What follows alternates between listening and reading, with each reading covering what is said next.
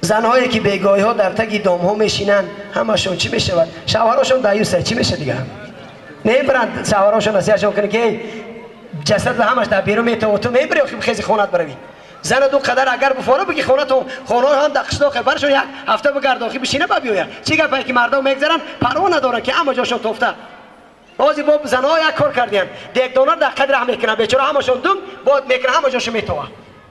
نمیدونم این قدرتی خدا من حیرانم هم روز تو رو دیوانه میشه قدرتی نظر میکنی با بعضی جوانا جورش میاره از نک چای بیار با میاره خم میکنه سیناش تا نقش بیچاره میتوه با زن یاکش میاره مر میبری خود بخیر چای بیار روخی.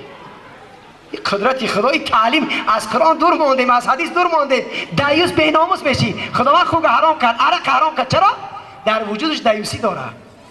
کسی گوشت خوب میخوره دایوس زنش در پیشش آشنایی میکنه پروا نداره دخترش آشنایی میکنه پروا نداره دایوس میشی عرق هم آدم بیناموس میکنه دایوس میکنه. همین که بعضی نمیفهمون بعضی با نامش معلم با نامش هم دیرکتور بیگم مست میه خونش میدره با پکا میره ها طلباش با گناه نکنی این روز تو میبری اول خود عرق نخری این مسخرگی رو بی خودش پیان میای خونه‌شو طلباش میبینن با طلباش میگن این دیوانه رو بی خودش بیگم مست بوده با ما رو میگه گناه نکن. این مردم چی کار کرده شما با همین دروغی پیش میره نه خود مسخره میکنی.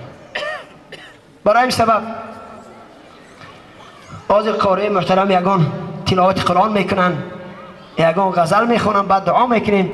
من بسیار خوشحال هستم خداوند شما را به ناموس بگردانم. من الحمدلله شکر نام الله را میکنم که از بین شما دو کس هم زنش به سطر بکنه یک کس هم زنش به سطر بکنه من خوشحال میشم الحمدلله.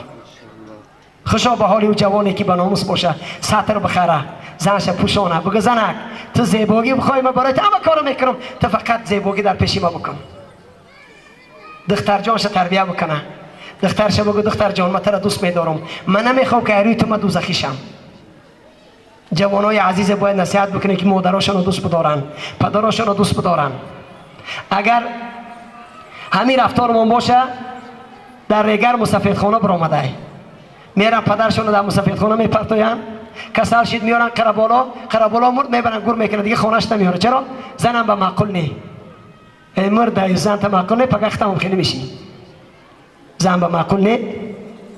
من در تلویزیون دیدم یک شکمدار بوگاسو کم در گردنش بود بعدی اومدنش پرسی ژورنالیست که یکی بود بچه‌م بود چند بچه داری 6 بچه دارم ترا چرا جا آوردن که نام به معقول نی کجاشی ناموسی تاجیکی کجاشی سمدارای تاجیکی کازینو میسازن یهودی ای خودی او پاره دنیا اومدن تاجیکا رو کافر کردن کجاشی دی پولدارای حرام خوری گیره فروشا که تاجیکا رو یاردن بکنن کجاشی زکات انداز زکات بدین $100,000 $2,500 باید زکات بدی. بازی میلیاردر در تاجدار لو زده میلیون $25,000 میلیاردر هم هسته $250,000. تاجستانی ما تماما سیر پوری میشه نه که وای بر حالش کسی زکات نده مسلمان است نماز قبول نمیشه حرام است صدقاتش.